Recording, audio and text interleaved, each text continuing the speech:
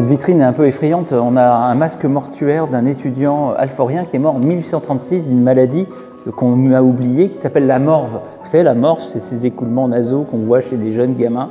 On les appelle des morveux. Eh bien, en réalité, les morveux, au XIXe siècle et au XVIIIe siècle et bien avant, et jusque dans la plus haute antiquité, c'était les personnes qui étaient atteintes de cette maladie. Morve, ça vient de morbus. La maladie, c'était la maladie essentielle du cheval, qui s'implantait partout, notamment dans les cloisons nasales, qui détruisait les cloisons nasales, on en voit ici, et qui laissait couler le pus par le nez, d'où le terme de morve.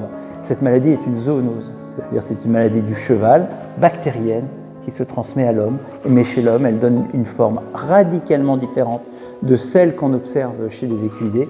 C'est des absédations des voies lymphatiques qui conduisent à la mort en quelques semaines dans d'atroces souffrances.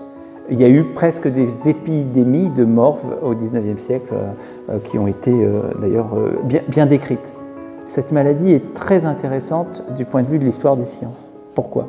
Parce que c'était une maladie très courante chez les animaux qui étaient dans les villes. D'un seul coup, tel animal présentait, développait la maladie. Mais ils étaient globalement tous porteurs de cette maladie. Et il y a une circonstance où la maladie flambait, c'est quand l'animal était épuisé, mal nourri, placé dans des conditions d'extrême fatigue, de promiscuité.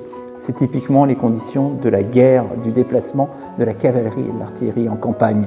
Et concrètement, bien le roi de France au XVIIIe siècle partait avec ses chevaux, et puis quand il avait parcouru 200 km dans des conditions difficiles, les animaux tombaient tous malades. Il leur révélait la maladie. C'est la raison pour laquelle cette maladie a été en partie à l'origine de la création des écoles vétérinaires. Le roi de France voulait pouvoir éradiquer cette maladie.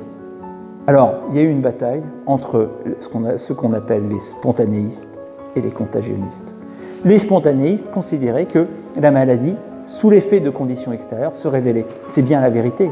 Les animaux étaient porteurs, on le sait aujourd'hui, et déclenchaient la maladie, révélaient la maladie sous l'effet d'un stress et d'une diminution de l'immunité.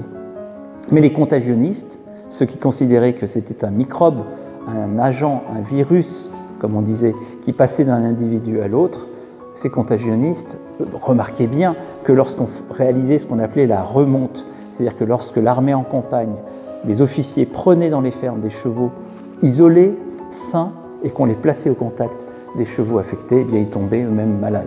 Et donc ça a été une maladie qui a été une terre d'affrontement entre partisans de la génération spontanée et partisans de la contagiosité.